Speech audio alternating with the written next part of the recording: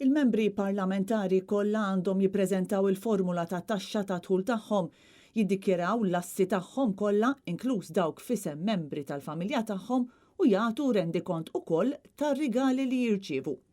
Dawn huma ftit biss mir-rakkomandazzjonijiet li qed tagħmel il-Kamra tal-Kummerċ permezz ta' dokument bl-isem Qafas għal trasparenza qawwija, kontabilità u governanza etika għal membri parlamentari. Id-dokument li ġimniedi din il-ġimgħa jgħid li d-deputati għandhom ikollhom linji gwida ċari li jagħtuhom direzzjoni.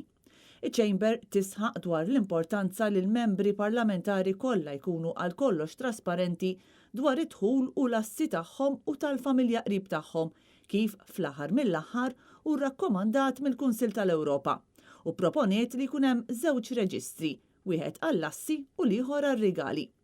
Dawn iż-żewġ reġistri għandhom ikunu aċċessibbli għal kulħadd fuq is-siti tal-Parlament u tal-Kummissarju għall-Standards.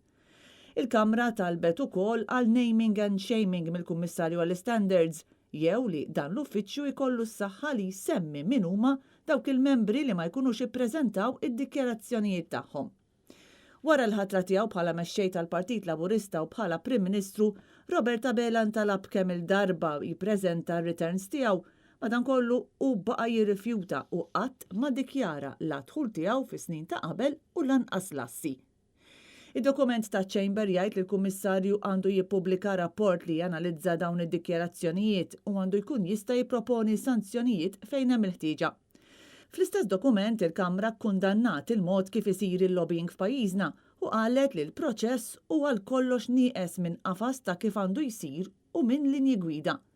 Fid-dokument iċ-Chamber isemmi żewġ eżempji. L-ewwel il-preżenza tal-eks Prim Ministru Joseph Muscat għal-laqgħa bejn Robert Abela u Stewart Healthcare, preżenza li ċ-Chamber iddeskriviet bħala illeġittima meta Muscat kien backbencher. U tieni kienet id-dikjarazzjoni ċara tal-iżviluppatur Joseph Portelli dwar ir-rabtiet mill-qrib li għandu mal-Gvern, dikjarazzjonijiet li għamilhom waqt intervista mal-Media Indipendenti. Il-Kamra qalet li r-rakkomandazzjonijiet li għamel il-Kummissarju għall-Standards fl-2020 f'dan ir-rigward kif ukoll dawk tal-OECD għandhom jiġu ikkunsidrati.